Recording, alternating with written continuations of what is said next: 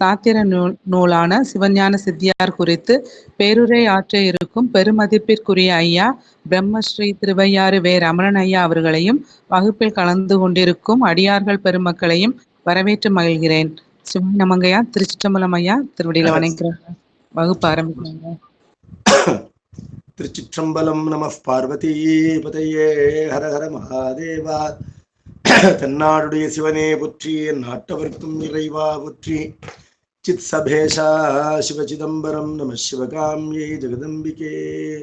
திருச்சிற்றம்பலம்.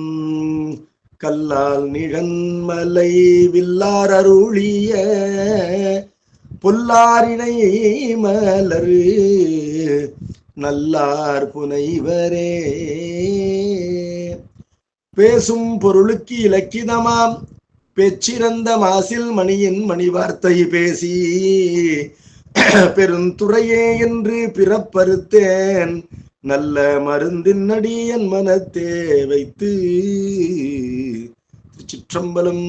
பெரியவர்களே, இன்றைக்கு நம்முடைய வகுப்பு ஒரு 1/4 மணி நேரம் முன்னதாக நிறைவு பெறும். அதற்காக தங்களிடத்தில் விண்ணப்பித்துக் கொள்கின்றேன். 4:45 நாம் நிறைவு செய்வோம்.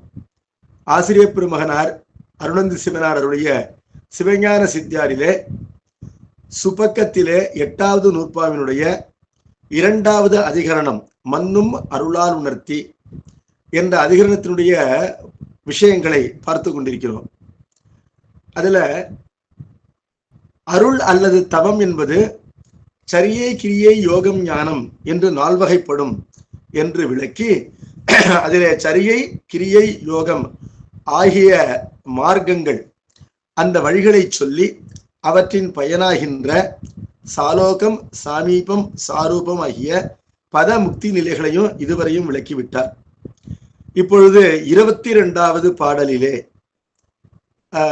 சுபக்கத்திலே வரிசையன் 274வது பாடல் ஞான நெறியை பற்றி சொல்ல போகின்றார். ஞான நெறி என்பது சன்மார்க்கம் என்று சொல்லப்படும். மார்க்கம் என்றால் நெறி. அதனுடைய இலக்கணம் என்ன, அதன் பயன் என்ன என்ற இரண்டையும் 22வது பாடலிலே நமக்கு அருள்கின்றார் ஆசிரியர் பெருமகனார். சன்மார்க்கம் சகல கலை புராண வேத சத்திரங்கள் சமயங்கள் தாம் பலவும் உணர்ந்து பன்மார்க்க பொருள் பலவும் கீழாக மேலாம் பதி பசு பாசம் தெரித்து பரசிவனை காட்டும் நன்மார்க்க ஞானத்தை நாடி ஞான நேயமொடு ஞாதிருவும் நாடாவண்ணம் பின்மார்க்க சிவனுடன் நாம் பெற்றி ஞான பெருமையுடையோர் சிவனை பெறுவர் தானே. தானே என்பது அசைநிலை. ஞான பெருமையுடையோர் சிவனை பெறுவர். ஞான பெருமை என்பது ஞான மார்க்கத்திலே ஒழுகுகின்ற பெருமை. அதாவது முன் சொல்லப்பட்ட மார்க்கங்களிலே ஒழுகுகின்ற சிறப்பினும் மேலானது என்பதனால இதனை பெருமை என்று சொன்னார். இந்த பெருமைக்குரிய பயன் என்னன்னு கேட்டா, இறைவனோடு இரண்டர கலத்தல் பயன் என்பதனால ஞான பெருமையுடையோர் சிவனை பெறுவர் என்று பயனை சொல்லிவிட்டார். இந்த சன்மார்க்கம் என்பது யாது என்பதை விளக்குகின்றார். சன்மார்க்கம் என்று தொடங்குகின்றது பாடல். சன்மார்க்கமாவது என்று அதற்கு பொருள். சகல கலை புராண வேத சாத்திரங்கள் சமயங்கள் தாம் பலவும் உணர்ந்து. சகல கலை என்றால் பசுஞானத்திற்குள் அடங்குகின்ற எல்லா விதமான கலைஞானங்களையும் ஓதி உணர்ந்து. 64 கலைஞானங்கள் என்று ஒரு கணக்கு. வேதம் முதலிய வித்தைகள் 18 அவையே கலைகள் என்று ஒரு கணக்கு. 4 வேதங்கள், அவற்றுக்குரிய 6 அங்கங்கள், அப்புறம் உபவேதங்கள், உப அங்கங்கள், அவை 4 ஆக இந்த 18 கலைஞானங்கள் என்று ஒரு கணக்கு. கணக்கு எப்படியா இருந்தாலும் இந்த உலகத்திலே ஒருவன் காணப்படுகின்ற கலைஞானங்களை எல்லாம் முழுவதுமாக ஓதி உணர்வதற்கு ஒரு பிறவி பற்றாது. அவன் பல பிறவிகள் எடுத்துத்தான் இந்த கலைஞானங்களை ஓதி உணர வேண்டும். மரித்து மரித்து பிறக்கும் காரணத்தினாலே முற்பிறவிகளிலே ஓதி உணர்ந்தவற்றை மறுபிறவிகளிலே மறவாது தக்க வைத்துக் கொள்வதற்கான தவமும் வேண்டும். ஆகவே இது ஒரு பெரிய அரும்பாடு பட்டு ஈட்ட வேண்டிய ஞானம். அவ்வாறு ஈட்டினாலும் இது பாச ஞானம் என்றுதான் சொல்லப்படும். கடவுளை பற்றிய ஞானமாகாது. கடவுளின் பொருளை பற்றி அந்த நூல்களிலே பேசப்பட்டாலும் கூட அது கடவுளை கடவுள் அருளாலே காட்டுகின்ற ஒரு குருநாதனுக்கு தொண்டு செய்து அவருடைய உபதேசத்தை கேட்டு சிந்தித்து தெளிந்து நிட்டை கூடுகின்ற உண்மை ஞானமாக நூல்களை ஓதுகின்ற ஞானம் என்பது ஆகாது. என்பதனால நூலறிவு பேசி நுழைவிலாதார் திரிக என்று அம்மையார் கூறுகின்றார் அற்புத திருவந்தாதியில. இருந்தாலும் இந்த உலகத்திலே பிறந்த எல்லாரும் பெரிய வித்வான்கள் உட்பட எல்லாரும் பலவிதமான நூல்களையும் ஓதி ஓதித்தான் முன்னுக்கு வந்திருக்கிறார்கள். என்பதனால முதற்படியிலே பாசஞானமாகின்ற நூல்களை எல்லாம் பிழையற கற்றல் என்பது அடிப்படை தேவையாகின்றது. அந்த நிலையை கடந்துதான் ஒருவன் முன்னேற வேண்டும் என்பதனால சகல கலை என்று சொன்னார். அந்த சகல கலையில அடங்குவற்றையும் அந்த சகல கலையிலே சிறப்பானவற்றை பிரித்து கூறுகின்றார். சகல கலை என்றால் எல்லா கலைகளும் அர்த்தம். கும்பாபிஷேகத்துல சகல வாத்தியம்னு சொல்லுவாங்க. எல்லா வாத்தியங்களும் ஒலிக்கும். எல்லா வாத்தியங்களும் ஒலிக்கும் பொழுது நாதஸ்வர வித்வான் வாசிக்காம பேசிக்கிட்டு இருந்தாருன்னா என்ன சொல்லுவாங்க? நாதஸ்வரம் வேணும் அப்படின்னு சொல்லுவாங்க. என்ன காரணம்? சகல வாத்தியங்களுக்குள்ளே தலைமையானவை இவைதான் என்பதனால அதனை பிரித்து கூறுவார்கள். அந்த நியாயப்படி சகலகலை என்று பொதுவாக கூறியதோடு அமையாமல் அவற்றுள் தலையானவை யாவை என்பதை கூறுவதற்காக புராண வேத சாத்திரங்கள் என்று சொன்னார். புராணங்கள் 18, 4 வேதங்களும் இவற்றை சார்ந்த சாத்திரங்களாகின்ற வேத அங்கங்கள் உபவேதங்கள் என்ற அவற்றையெல்லாம் சேர்த்து சொன்னார். தொடர்ந்து சமயங்கள் என்று சொன்னார். சமயம் என்பது ஒழுகலாறு. சமயம் என்று சொல்லினாலே ஆகமங்கள் சொல்லப்பட்டன. இப்ப ஆகமங்களையும் ஓதி உணர வேண்டும். ஆகமங்களை ஓதி உணர்ந்தாலும் குருமுகமாக ஞான உபதேசம் பெற்று அந்த ஞான மார்க்கத்திலே பிரவேசிக்கின்ற வரையிலும் கலைஞானமாக அறியப்படுகின்ற சைவ ஆகம ஞானம் என்பது பாசஞானமாகத்தான் கருதப்படும். இவ்வாறு பாசஞானம் என்பது விரிந்து பறந்து பட்டிருக்கின்றது. ஆனால் அதனை அறிந்துதான் ஒருவன் அதனை கடந்து செல்ல முடியும். அறியாது கடந்து செல்ல முடியாது என்பதனால அவற்றை அறிதல் என்பது தேவையாகின்றது. அப்பொழுது இந்த சன்மார்க்கத்திலே ஒருவன் பிரவேசிப்பதற்கு முன்பாக பாசஞானத்தை அவன் ஓதி உணர்கின்றான் என்று சொன்னார். சகல கலை புராண வேத சத்திரங்கள் சமயங்கள் தாம் பலவும் உணர்ந்து என்பதற்கு கலைஞானங்கள் அனைத்தையும் புராணங்களையும் வேத சிவாகமங்களில் உள்ள கிரியை பகுதிகளையும் ஏனைய சமய சாத்திரங்களையும், அதாவது அகச்சமயங்கள் அகப்புறச் சமயங்கள் புறப்புறச் சமயங்கள் புறச்சமயங்கள் என்று பலவாக விரிந்து பட்டிருக்கின்ற மாற்று சமயத்தாருடைய கருத்துக்களையும் ஒருவன் பிழையற அறிந்து கொள்வது அவசியமாகின்றது. ஏனைய சமய சாத்திரங்களையும் ஆராய்ந்து அறிந்து அவற்றிலே ஐயமோ திரிபு உணர்ச்சியோ இல்லாமல் தெளிவாக உணர்ந்து, இவ்வாறு தெளிவாக ஒரு கற்ற கல்வியை உணர்வதற்கு என்ன பயன் அப்படின்னு கேட்டா, இத்துணையும் படித்தால் எம்பெருமானே கடவுள் அவனை அடைய வேண்டும் என்ற முக்தி இச்சையானது ஒருவனுக்கு தோன்றும். கலைக்கலாம் பொருளாய் உடன்கூடி பார்க்கின்ற உயிர்க்கு பரிந்தானை என்று நம்பியாரூரர் 7ஆம் திருமுறையிலே கூறுகின்றார். கார்க்குன்ற மழையாய் பொழிவானை கலைக்கலாம் பொருளாய் உடன்கூடி பார்க்கின்ற உயிர்க்கு பரிந்தானே. பலவிதமான கலைஞானங்களையும் ஒருவன் பிழையற ஓதி உணரும் பொழுது இவற்றிற்கெல்லாம் ஆதியாகவும் அந்தமாகவும் இருக்கின்ற கடவுள் என்ற உணர்ச்சியை, கடவுள் உணர்ச்சியை இவை தோற்றுவிக்கும் என்பதனால இவை தேவைப்படுகின்றன. இருந்தாலும் இந்த நூல்களிலே சொல்லப்பட்ட பொருள்கள் எல்லாம் முடிந்த முடிவா என்று ஆராய்ச்சி செய்யும் பொழுது இவற்றை தாண்டி அந்த பெருமானை அடைய வேண்டும் என்பதனால இவற்றை ஒருவன் விடுக்க வேண்டும், ஓதி விடுக்க வேண்டும். ஆகவே அவற்றினுடைய பயனின்மையும் சிறப்பின்மையும் அறிந்து அவற்றை கீழானவை என்று புறந்தள்ளி ஒருவன் முன்னேற வேண்டும் என்று கூறுகின்றார். அப்படி கீழானவை என்று புறந்தள்ளப்படுவனவற்றில வேத சிவாகமங்களினுடைய கிரியை பகுதியும் அடங்கும் என்பதனால்தான் அவற்றை இங்கு கலைஞானத்திலே உள்ளடக்கி சொன்னார். சகலகலை புராண வேத சாத்திரங்கள் சமயங்கள் தாம்பலவும் உணர்ந்து தொடர்ந்து பன்மார்க்க பொருள் பலவும் கீழாக. பன்மார்க்கம் என்றார் பலவிதமான வழிகள். இந்த பல நூல்கள் ஒரு வழியே கூறுகின்றனவா என்று கேட்டால் பல நூல்களும் பல வழிகளை காட்டுகின்றன என்பதனால அந்த பல வழிகள் தம்மிலே ஒன்றோடொன்று ஒவ்வாமல் முரண்பட்டு செய்திகளை நமக்கு தருகின்றன என்பதனால தம்மோடு தாம் ஒத்து போகாமல் ஒன்றுக்கொன்று முரண்பட்டு வாதிட்டு பிணக்குறுகின்ற இந்த கலைஞானங்கள் அனைத்தும் நிலையான கடவுளாகின்ற பயனை தரமாட்டா என்று அறிந்து, ஆகவே நாம் செல்கின்ற ஊருக்கு இவை வழிகளாக மாட்டா என்பதை உணர்ந்து அவற்றை கைவிடுத்து என்பதற்காக கீழாக என்று சொன்னார்.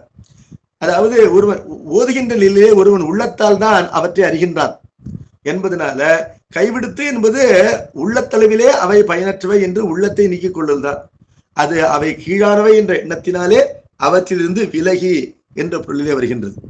சரி, இப்பொழுது அவை கீழானவை என்றால் மேலான கலைஞானம் என்பது யாது என்று கேட்கும் பொழுது வேதாகமங்களிலே ஞானபாதத்திலே சொல்லப்பட்ட அந்த பொருள்தான் மேலான கலைஞானம் என்று பார்க்கின்றோம்.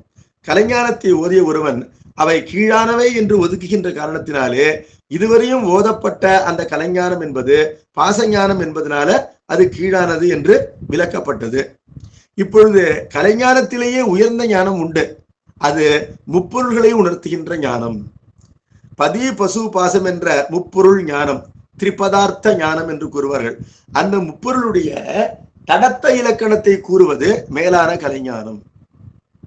அந்த ஒவ்வொரு பொருளுக்கும் 2 இலக்கணங்கள் உண்டு. தடத்த இலக்கணம், சொரூப இலக்கணம் என்று. தடத்த இலக்கணம் தமிழிலே பொது இலக்கணம் என்று சொல்லப்படும்.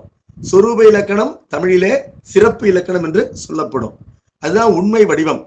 இந்த 2 இலக்கணங்களிலே ஒவ்வொரு பொருளுக்கும் 2 இலக்கணங்கள் உண்டு.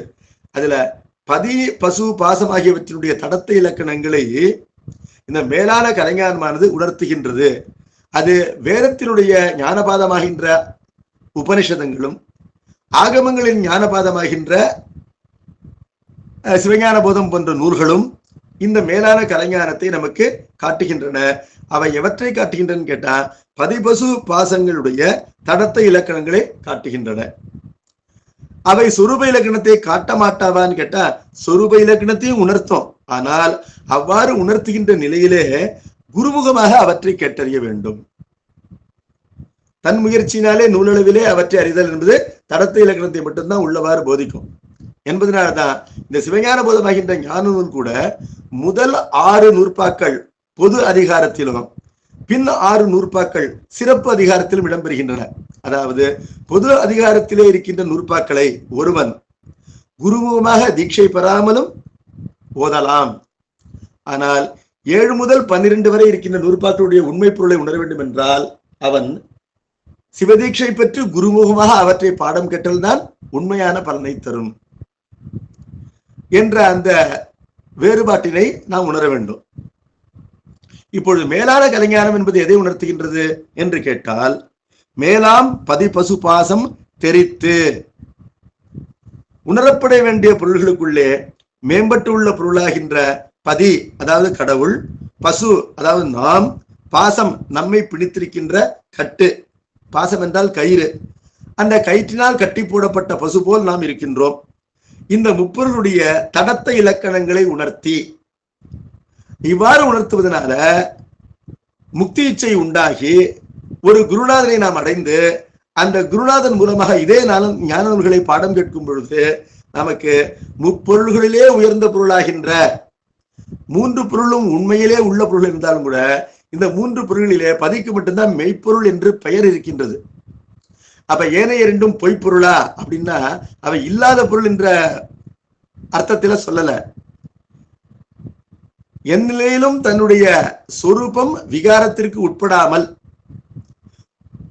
தூய்மையின்மை என்பது எந்த காலத்திலும் ஏற்படாமல் எப்பொழுதுமே தூயதாக இருக்கின்ற பொருள் அது மெய்ப்பொருள் என்று சொல்லப்படும். ஆகவே உள்ள பொருள் மூன்றிலும் மெய்ப்பொருள் என்று சிறப்பாக கூறப்படுகின்ற பதிப்பொருள், அந்த பதிப்பொருளுடைய சொரூப இலக்கணத்தை குருமுகமாக ஒருவன் கேட்டு அறிய வேண்டும். அவ்வாறு கேட்டு அறிதல் என்பது ஞான மார்க்கம் என்று சொல்லப்படும். பரசிவனை காட்டும் நன்மார்க்க ஞானத்தை நாடி என்று அதனால் கூறுகின்றார். மேலான கலைஞானத்தினாலே ஒருவன் திரிபதார்த்தங்களை பற்றிய தடத்த இலக்கணங்களை அறிந்து தொடர்ந்து ஒருவன் முக்தி இச்சையினாலே அவன் ஈட்டிய சிவபுண்ணியங்களின் பயனாக ஒரு சத்குருநாதனை பெற்று அவனுக்கு தொண்டு செய்து அவனுடைய திருவாய் மொழியாக அமைகின்ற ஞான உபதேசத்தினை பெற்று முப்பொருளிலே மெய்ப்பொருள் என்று சொல்லப்படுகின்ற பதி, அந்த பதிப்பொருளுடைய உண்மை இலக்கணமாகின்ற சுரூப ஞானம் அதனை கேட்பான். கேட்டு அதனை சிந்திப்பான். சிந்தத்தினை தெளிவான். தெளிந்து அந்த இலக்கணத்திலேயே தன்னுடைய தன்முயற்சியை விடுத்து தோய்வான். தோய்ந்து இரண்டர கலப்பான். அவ்வாறு கலத்தல் நிட்டை கூடுதல் என்று சொல்லப்படும். ஆகவே இந்த படிமுறையிலே அவனுக்கு ஞானம் என்பது நிகழும்.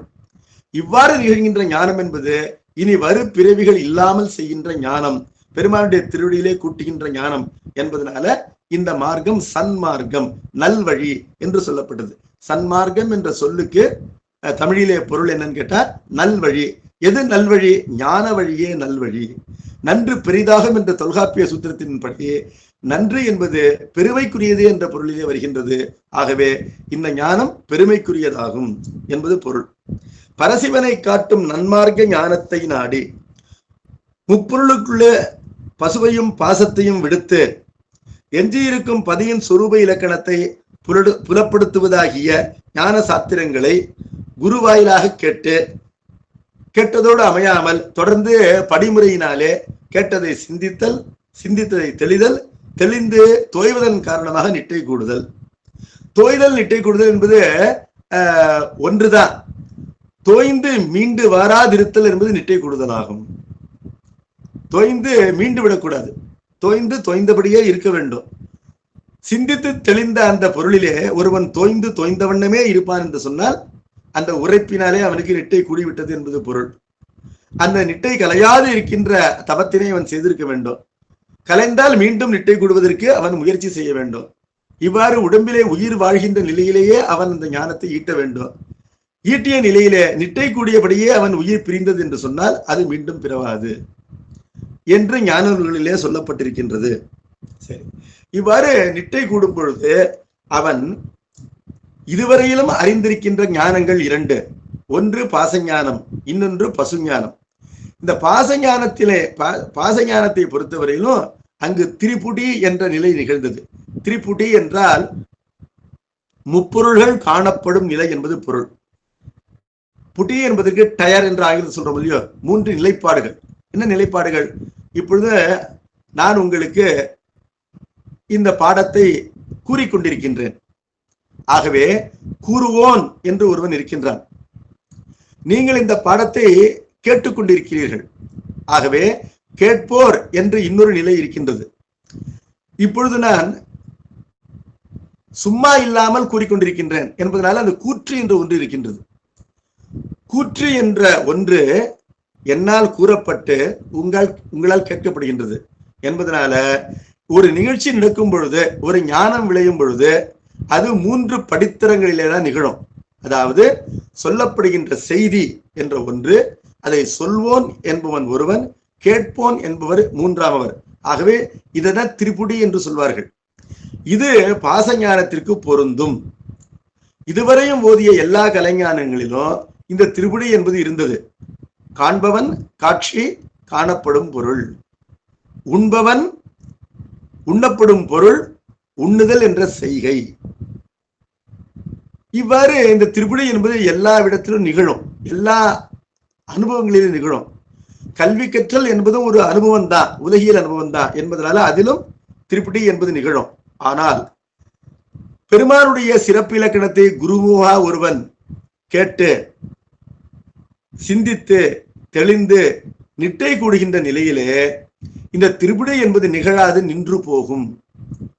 அப்ப திரிபுடி என்பது நிகழாது நின்று போதல் என்பது நிட்டை கூடியதற்கு அடையாளமாகும். இது எதை போலன்னா, ஒருவன் விழித்திருக்கின்ற நிலையிலே இந்த முப்படி நிலை என்பது நிகழ்ந்து கொண்டே இருக்கின்றது. அவன் ஆழ்ந்து உறங்குகின்ற நிலையிலே அது நிகழாது நின்று போகின்றது. ஒருவன் நன்றாக உறங்குகின்ற நிலையிலே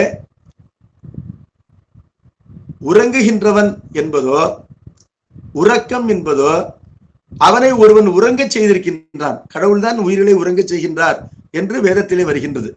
அதனால்தான் நாம் விரும்பினாலும் சில நேரங்களிலே உறக்கம் நிகழ்வதில்லை. நாம் விரும்பாவிட்டாலும் உறக்கம் நிகழ்ந்து விடுகின்றது. நாம இறங்க வேண்டிய ஸ்டேஷன் வரத்துக்கு ஒரு 5 நிமிஷம் முன்னாடி தான் நன்றாக நம்ம உறங்கி விடுகின்றோம். அந்த ஸ்டேஷன்ல எல்லாரும் இறங்குற சத்தம் கேட்குது, டீ பஜ்ஜி படை எல்லாம் விற்கிறா, அந்த சத்தம் கேட்டா கூட நம்ம விழிக்கவில்லை. ட்ரெயின் அங்கிருந்து புறப்பட்டு அப்புறம் 60 கிலோமீட்டர் கழிச்சு இன்னொரு ஸ்டேஷன் தான் நிற்குது. அங்கு வரும்போது நாம் விழித்துக் கொள்கின்றோம். ஆகவே நாம் உறங்கினாலும் நம்மை உறங்க வைப்பவன் என்பவன் ஒருவன் இருக்கின்றான் என்று பார்க்கின்றோம். உறக்கம் என்ற ஒன்று இருக்கின்றது. இப்பொழுது உறங்கும் காலத்திலே இந்த மூன்றாக அறியப்படுவதில்லை. என்ன காரணம்? ஆழ்ந்து உறங்குகின்றவன் நான் உறங்குகின்றேன் என்ற எண்ணமோ, என்னை ஒருவன் உறங்க வைத்திருக்கின்றான் என்ற எண்ணமோ, இது உறக்கம் என்ற எண்ணமோ இல்லாது உறங்குகின்றான். இது இந்த உலகத்திலே நிட்டைக்கு ஒரு எடுத்துக்காட்டு. உலகம் எவ்வாறு படைக்கப்பட்டிருக்கின்றது சொன்னா, முக்தி நிலையிலே நிகழ்வனவற்றுக்கெல்லாம் எடுத்துக்காட்டாக தான் பெத்த நிலையானது படைக்கப்பட்டிருக்கின்றது என்பதனால பெத்த நிலையிலே உறக்கம் என்பது முக்தி நிலையிலே சிவானந்தத்திற்கு ஒரு எடுத்துக்காட்டாக நிகழ்கின்றது. இது அன்றாட நிகழ்கின்றது. அப்பொழுது முப்புடி கடந்த நிலையில் உறக்கம் நிகழ்வதை போல முப்புடி கடந்த நிலையில் தான் சிவஞானம் நிகழ்கின்றது என்பதை உணர வேண்டும். ஆகவே நாம் உண்மையான ஞானத்திலே நிட்டை கூடியிருக்கின்றோமா என்பதை எவ்வாறு அறியலாம் என்றால், அந்த நிட்டை கலைந்த பிறகுதான் அந்த நிட்டையிலே முப்படிகளை கடந்திருக்கின்றோம் என்பதை நாம் மீள நினைக்கலாகும். மீள நினைத்தல் என்பது ரீகலெக்ஷன், பிரத்யபிக்ஞா என்று சொல்லப்படும். உறங்கி விழித்தவன் நன்றாக உறங்கினேன் என்று உறக்கத்தினை மீள நினைத்தலை போல, ரீகலெக்ட் செய்வதை போல, நிட்டை கலைந்த நிலையிலே என்னை பெருமான் ஆனந்த வெள்ளத்திலே அமிழ்த்தி வைத்திருந்தான் என்று ரீகலெக்ட் செய்ய வேண்டும். அவ்வாறு பிரத்யபிஞையினாலே பாடப்பட்ட பாடல்கள் தான் திருமுறை பாடல்கள். அவை உலக நன்மைக்காக இவ்வாறு நிகழ்கின்றன என்று பார்க்கின்றோம். அப்பொழுது ஞானம் ஞேயமுடு ஞாதிருவும் நாடாவண்ணம். ஞானம் என்பது சிவனடி ஞானம். ஞேயம் என்பது அந்த ஞானத்தால் உணர்த்தப்படுகின்ற சிவனடி. ஞேயம் என்றால் அறியப்படுகின்ற பொருள். ஞாதிரு என்பது ஞாதா என்ற வடிவத்தையும் பெறும். ஒரு சொல்லுக்கு 2 வடிவங்கள் 3 வடிவங்கள் உண்டு. பலா, பலவு, பல, அரா, அரவு, அற என்று சொல்வதை போல ஞாதிரு என்றாலும் ஞாதா என்றாலும் ஒன்று. ஞாதா ஞாதிரு என்ற சொற்கள் அறிபவன் என்ற பொருளை தருகின்றன. அறிபவன், அறியப்படும் பொருள், அறிவு. அறிவு என்பது செய்கை, நிகழ்கின்ற நிகழ்ச்சி. அந்த 3ம் உண்டு பாசஞானத்தில. பதிஞானத்தில இந்த 3ம் மறைந்து போகின்றன. எப்படி மறைந்து போகின்றன கேட்டா, ஞேயத்திலே 2ம் ஒடுங்கி விடுகின்றன. அறியப்படும் பொருளாகின்ற இறைவனிடத்திலே அறிவும் அவனை பற்றி அறிவு. அப்பொழுது நெருப்பு சுடுகின்றது என்பதனை தொட்டு அறிகின்ற ஒருவன் சூடு என்பதை நெருப்பினை தொட்டு அறிகின்றான். தன் கையை சுட்டுக்கொண்டு அறிகின்றான். அப்பொழுது சுட்டுக்கொண்டவன், சுட்ட பொருள், சூடு என்ற அனுபவம் ஆகின்ற 3 நிகழ்கின்றது. இதான் முப்புடி. இந்த ஞான நிலையிலே சுடுகின்ற பொருளுக்குள்ளே சூடும் சுட்டுக்கொண்டவனும் ஒடுங்கி விடுகின்றார்கள். அப்பொழுது சூடு என்பது சுடுகின்ற பொருளுடைய குணம். ஆகவே ஞானம் என்பது அந்த பெருமானுடைய அருளாற்றல் தான். அதுவும் அந்த பெருமானிடத்திலே ஒடுங்குகின்றது. அந்த பெருமானுடைய அருளை பெற்று தூக்கின்ற அந்த உயிரும் அவரிடத்திலே ஒடுங்குகின்றான் என்பதனால நிட்டையிலே ஞேயம் மட்டும்தான் விளங்குகின்றது. ஆனால் அது ஞேயம் என்று விளங்கவில்லை. என்ன காரணம்? ஞாதா இருந்தால்தான் அது ஞேயம் என்ற நிலையை பெறும். அங்கு ஞாதா ஒடுங்கி விட்டான் என்பதனால ஞேயம் மட்டுமே இருந்தாலும் கூட அது ஞேயம் என்ற நிலையிலே விளங்கவில்லை என்பதனால ஞாதா ஞேயம் ஞானம் ஆகிய முப்புடி நிலை அல்லது முப்படி நிலை என்பது அங்கு காணப்படவில்லை என்று அந்த நிட்டையினுடைய அடையாளத்தை இங்கு நமக்கு ஆசிரியர் கூறுகின்றார். ஞானம் ஞேயமுடு ஞாதிருவும் நாடாவண்ணம் என்று சொன்னார். நாடாவண்ணம் என்றால் இவை தோன்றாதபடி என்பது பொருள். ஒருவன் இவற்றை முன்னைந்து நாடப்போவதில்லை. இருந்தாலும் இறைவனுடைய திருவிடை ஞானத்தை ஒருவன் குருவினுடைய உபதேசத்தினாலே நிட்டை கைகூடி பெறுகின்ற நிலையிலே பாசஞானத்தை இதுவரையும் பெற்ற பொழுது அறிகின்ற தன்னை அறிந்து அறியப்படுகின்ற பொருளை புறத்தே வைத்து அறிந்து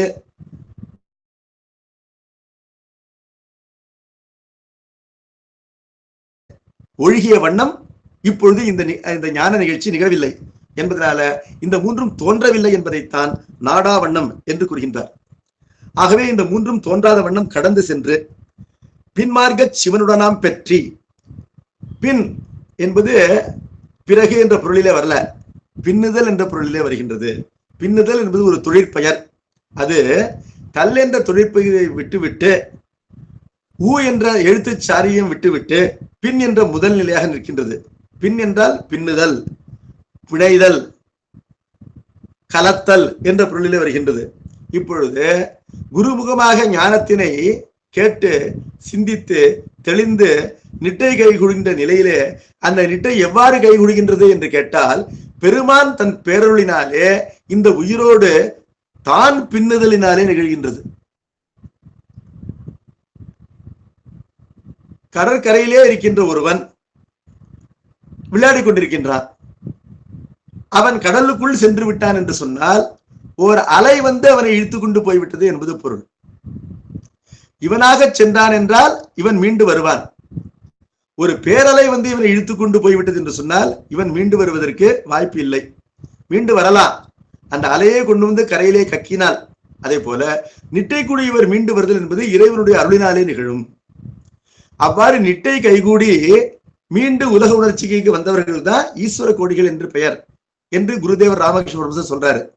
அவ்வாறு ஏன் வருகிறார்கள் கேட்டா, எஞ்சிருக்கின்ற உயிர்களுக்கு ஞான உபதேசம் செய்வதற்காகவும் அந்த உயிர்கள் தங்களை வழிபட்டு அருளை பெறுவதற்காகவும் அவர்கள் உலகிலே வாழ்கின்றார்கள்.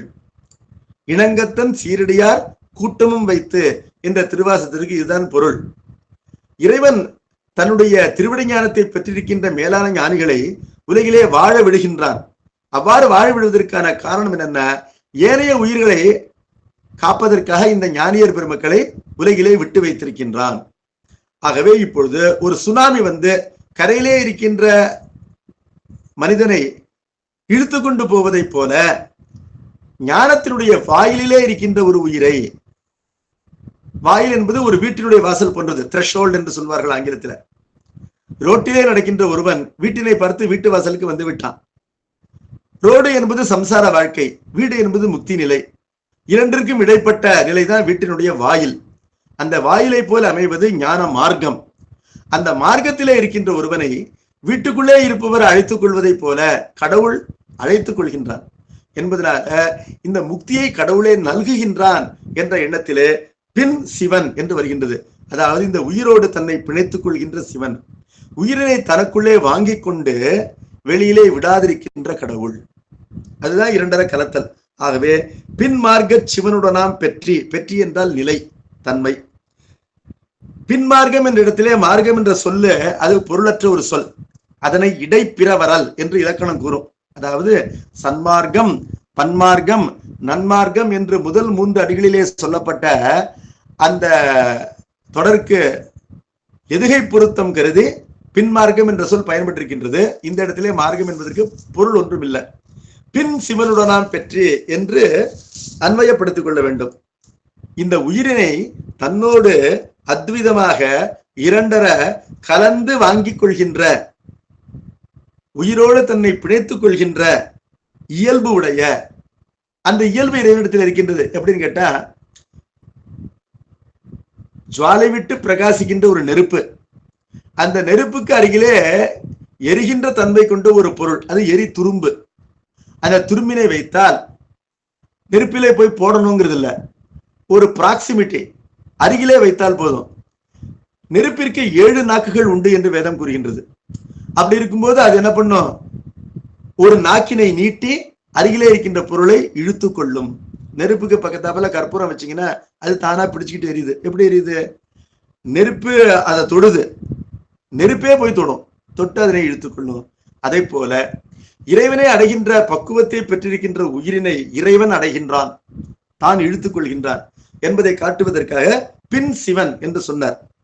அத்விதமாக இந்த உயிரினை தன்னிடத்திலே உள்வாங்கிக் கொள்கின்ற பெருமான் அவன் எப்படி இருக்கின்றான்னு கேட்டா, இந்த உயிர் அவனை சென்று எய்துகின்ற வரையிலும் இது கண்டிதமான உயிராக இருக்கின்றது, பசு என்ற நிலையிலே இருக்கின்றது. ஆனால் அந்த பெருமானுடைய இரண்டரை கலக்கின்ற நிலையிலே இது ஆன்மா என்ற பெயரை பெறுகின்றது.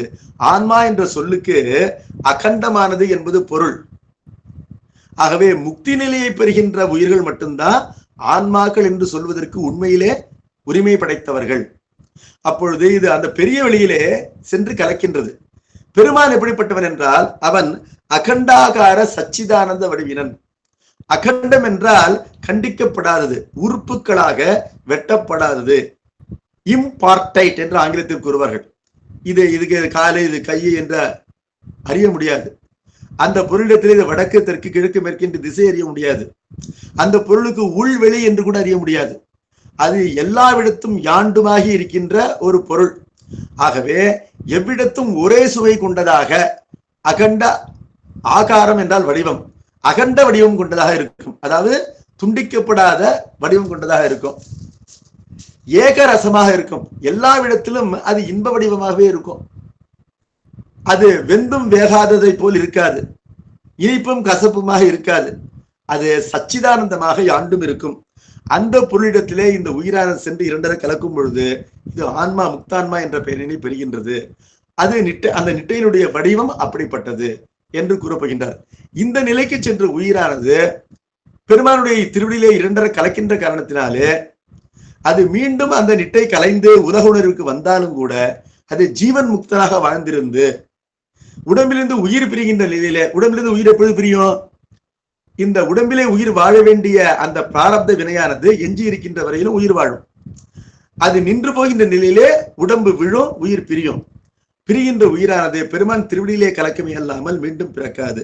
ஆகவே ஞான நெறிக்கு என்ன பயன்னு கேட்டா, சிவனை பெறுவர் என்று சொன்னார். இறைவனுடைய இரண்டரை கலப்பார்கள், மீண்டும் பிறக்க மாட்டார்கள். அதைத்தான் பரமுக்தி என்று நூல்கள் கூறுகின்றன. இப்ப ஏனைய மார்க்கங்கள் முன் சொல்லப்பட்ட சரியக்கிரிய யோகமாகின்ற அந்த வழிகளிலே தவம் செய்த அந்த உயிர்கள் எல்லாம் சாலோகம் சாமீபம் சாரூபமாகின்ற பதமுக்திகளை பெற்று இறைவன் உலகிலே வாழும். இந்த பரமுக்தியாகின்ற இறைவன் திருவிடை பற்றினை இந்த பூ உலகிலே குருமுகமாக ஞானத்தை கேட்டு சிந்தித்து தெளிந்து நிட்டைக்கூடிய உயிர்கள் பெறும். அப்பொழுது சிவலோகத்திலே பதமுக்தியிலே இருக்கின்ற உயிர்கள் இந்த பரமுக்தியாகின்ற இறைவன் திருவிடை பற்றினை பெறுவதற்கு பூமியிலே மீண்டும் பிறந்து சத்குருநாதன் மூலமாக இந்த ஞான மார்க்கத்தினை கடைபிடிக்க வேண்டும். அல்லது சிவலோகத்தில் இருந்தபடியே ஆங்கு இருக்கின்றாரே நந்திம்பெருமானாகின்ற குருநாதர், அவர் மூலம் இதே ஞான நூலினை கேட்டு இருந்த இடத்திலேயே அவர்கள் பரமுக்தியை பெற வேண்டும். ஆகவே பரமுக்தி என்பது எல்லா உயிர்களுக்கும் உரிமை கொண்ட ஒன்று என்பது ஆகவங்களிலே கூறப்பட்ட விஷயம். ஆகவே பின்மார்க்க சிவனுடனாம் பெற்றி ஞான பெருமையுடையோர், இப்படிப்பட்ட பெருமைக்குரிய ஞானத்தை உடையோர் அர்த்தம். ஞான பெருமையுடையோர் என்பதுக்கு என்ன பொருள்னா, பெரிய ஞானத்தை உடையோர். பெருமைக்குரிய ஞானத்தை யார் பெற்றிருக்கிறார்களோ அவர்கள் சிவனை பெறுவர் காணே. ஞானத்தை பெற்றவர்கள் சிவனை பெறுவர்கள் என்பது எதை பொருள்னா, நெருப்பை தொட்டவன் சுட்டு கொண்டான் என்பதை போல. அப்பொழுது இந்த சூடு என்பதுதான் ஞானம். ஆகவே அந்த சூட்டினை அறிந்தவர்கள் சுடுகின்ற பொருளை அறிந்தவர்கள் என்பதை போல இந்த சிவஞானமாகின்ற அருளினை பெற்றவர்கள் சிவனை பெற்றவர்கள் என்று இந்த பாடலானது நமக்கு ஞான மார்க்கத்தை பற்றி தெளிவினை காட்டுகின்றது. கலைஞானம் என்பது என்ன அப்படின்னு கேட்டா, பாச ஞானத்தினாலே உருவாகிய பலவிதமான நூல்களுக்கும் கலைஞானங்கள் என்று பெயர். சிவாகமம் வேதம் என்பது கலைஞானமா அப்படின்னு கேட்டா, அவை கலைஞானமாகவும் ஆகும். அது கிரியா மார்க்கத்தை பொறுத்தவரையிலும் அவை பாசஞானமாக ஆகும். மேலே செல்ல செல்ல திரிபதார்த்தங்களை சொல்லும் பொழுது அவை மேலான கலைஞானமாக ஆகும் என்று பார்க்கின்றோம். மேலான கலைஞானத்திற்கு அபரஞானம் என்று பெயர். அதாவது பதிபசு பாசங்களுடைய தடத்த இலக்கணங்களை மட்டுமே அறிந்திருக்கின்ற நிலைக்கு அபரஞானம் என்று பெயர். பெருமானுடைய சொரூப ஞானத்தினை உள்ளவாறு அறிவதன் மூலம் முப்பொருளுடைய சொரூப ஞானத்தினையும் ஒருவன் அறியக்கூடும். அவ்வாறு முப்பொருளுடைய சொரூப ஞானத்தினை குருமுகமாக கேட்டு நிட்டை கூடுவது என்பது பரஞானம் என்று சொல்லப்படும். ஆகவே பரஞானத்திற்கு வாயிலாக இந்த அபரஞானம் அமைகின்றது. அபரஞானத்திற்கும் வாயிலாக ஏனைய கலைஞானங்கள் அமைகின்றன. இது எப்படின்னா, ஒரு மாடிக்கு போறவன் 10வது படிக்கு 8வது படி வழியா போறான், 8வது படிக்கு 6வது படி வழியா போறான் என்பதை போல அபரஞானத்திற்கு கலைஞானம் படியாக அமைகின்றது, பரஞானத்திற்கு அபரஞானம் படியாக அமைகின்றது என்று ஒருவர் உணர வேண்டும்.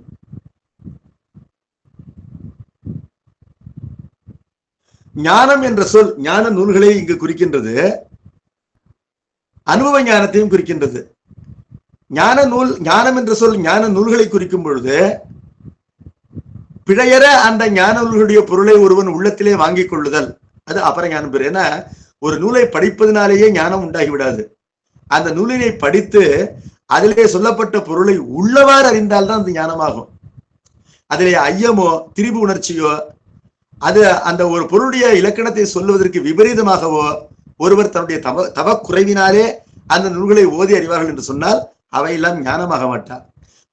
அபரஞானம் என்றாலும் கலைஞானம் என்றாலும் ஓதப்படுகின்ற நூல்களுடைய பொருளை உள்ளவாறு 100% கரெக்டாக தெரிந்து கொள்ளுதல் தான்.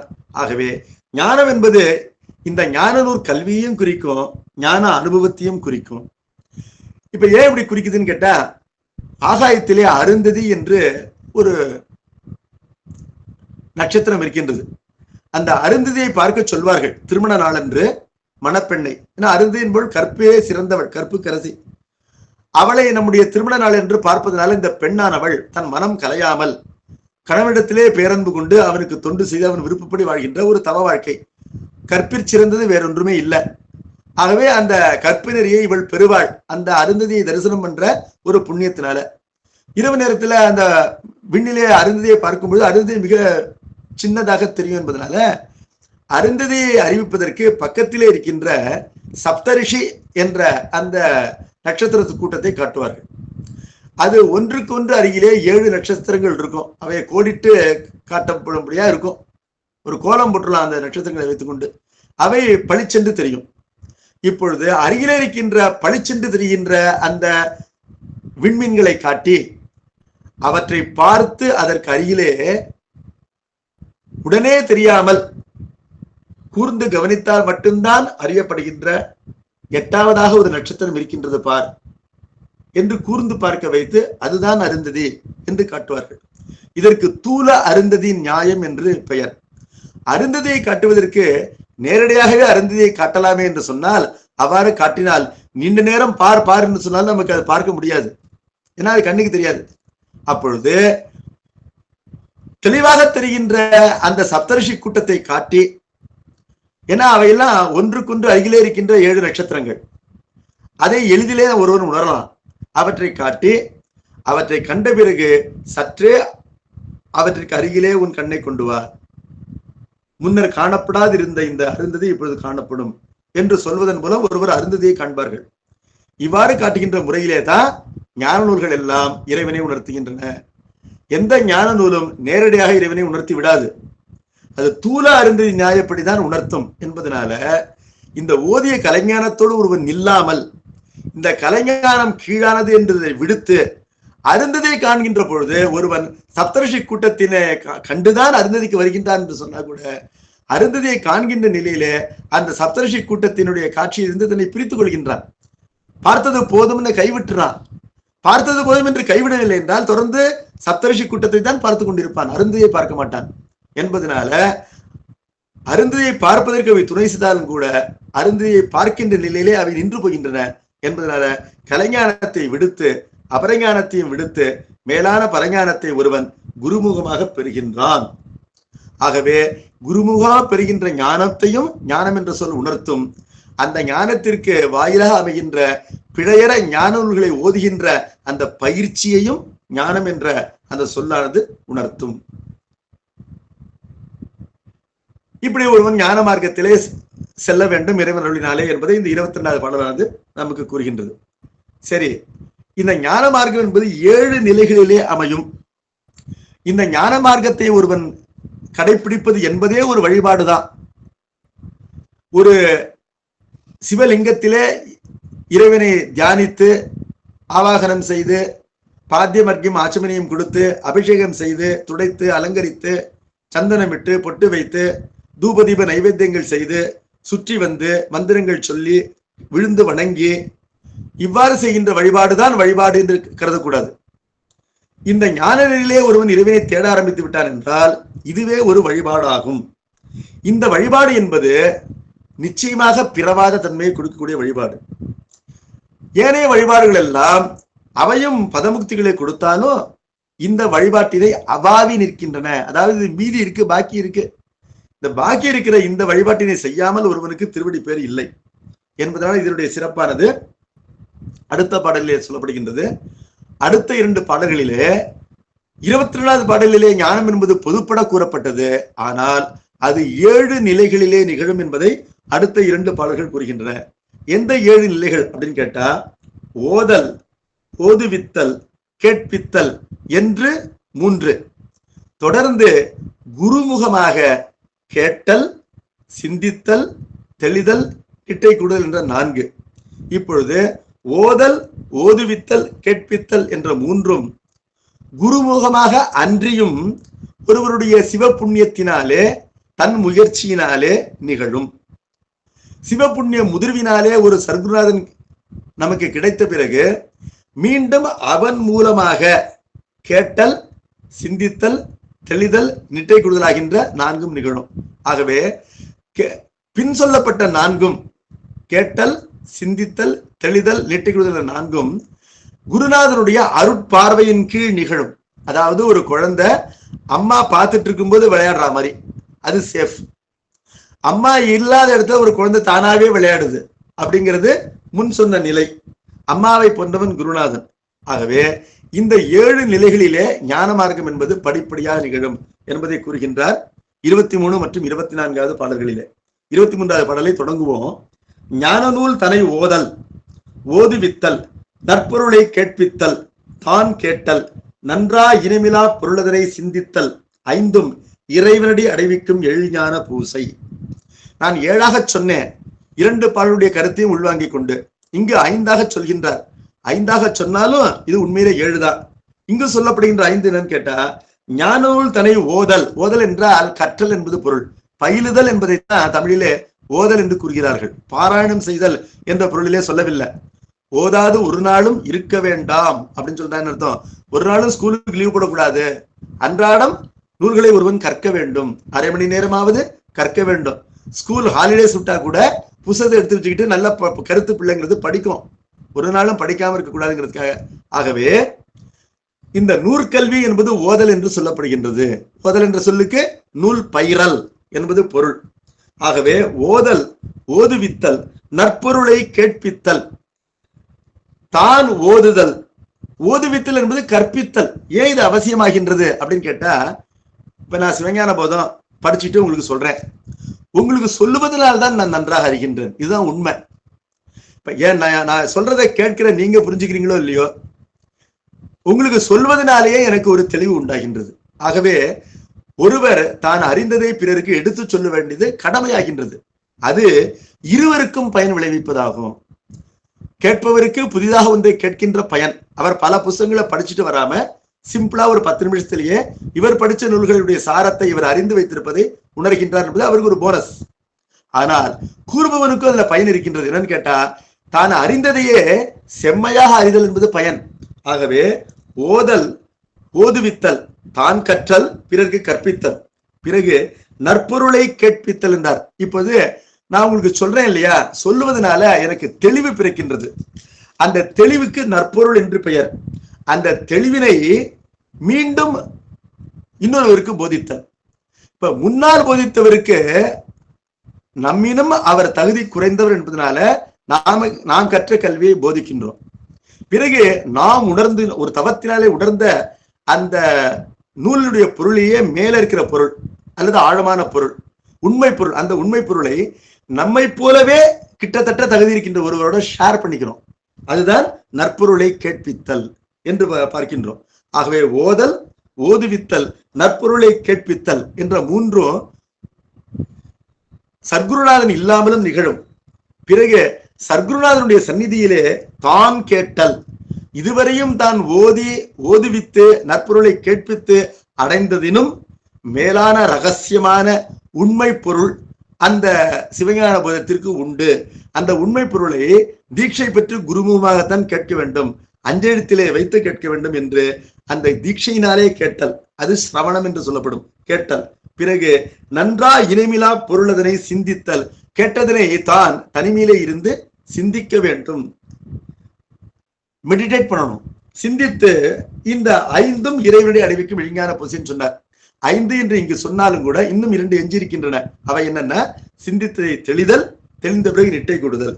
இப்பொழுது இந்த 5 ஏன் பிரித்தார் என்று சொன்னால், இந்த 5ம் முயற்சியால் நிகழ்வன. அதாவது முயற்சியால் நிகழ்வன என்ன, உயிருடைய முயற்சியால் நிகழ்வன என்பதனால் இது வேள்வி என்று சொல்லப்படும். 5 வேள்வி: ஓதல், ஓதுவித்தல், கேட்பித்தல், கேட்டல், சிந்தித்தல் ஆகின்ற 5. 6ம் 7ம் இயல்பாக நிகழ்வன, அருளால் நிகழ்வன என்பதனால அவற்றை வேள்வி என்று சொல்ல மாட்டார்கள். தெளிதலும் நிட்டை கூடுதலும் இறைவன் அருளால் நிகழ்கின்றன என்றாலும் அந்த இரண்டும் சேர்ந்துதான் ஞான மார்க்கத்தினுடைய படிகள் அமைகின்றன. இவ்வாறு இருக்கும் பொழுது ஊனமிலா கண்மங்கள், தபம், ஜபங்கள், தியானம் ஒன்றுக்கொன்று உயரும்.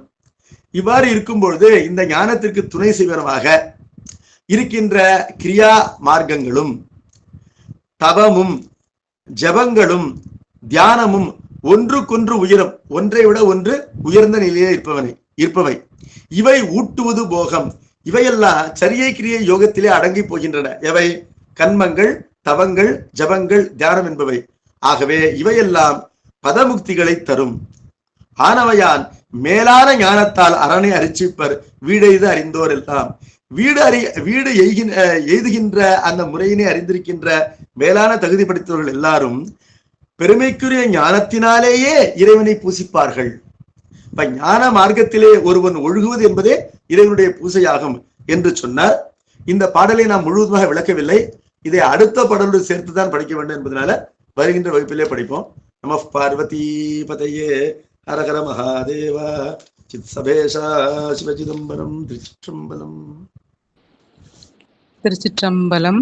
இதுவரை ஐயா அவர்கள் சிவஞான சித்தியாரின் சுபக்கத்தில் சன்மார்க்க நெறியை பற்றி அனைவரும் புரிந்து கொள்ளும் வகையில் அருமையாக எடுத்து கூறினார்கள். அவர்களுக்கு மதுரை ஞானப்பிரகாசர் சிவபிரகாசர் ஆய்வு மையம் சார்பிலும் வகுப்பில் கலந்து கொண்டிருக்கும் அடியார்கள் சார்பாகவும் நன்றியை தெரிவித்துக் கொள்கிறேன். நன்றிங்கய்யா. திருச்சிற்றம்பலம். திருவடி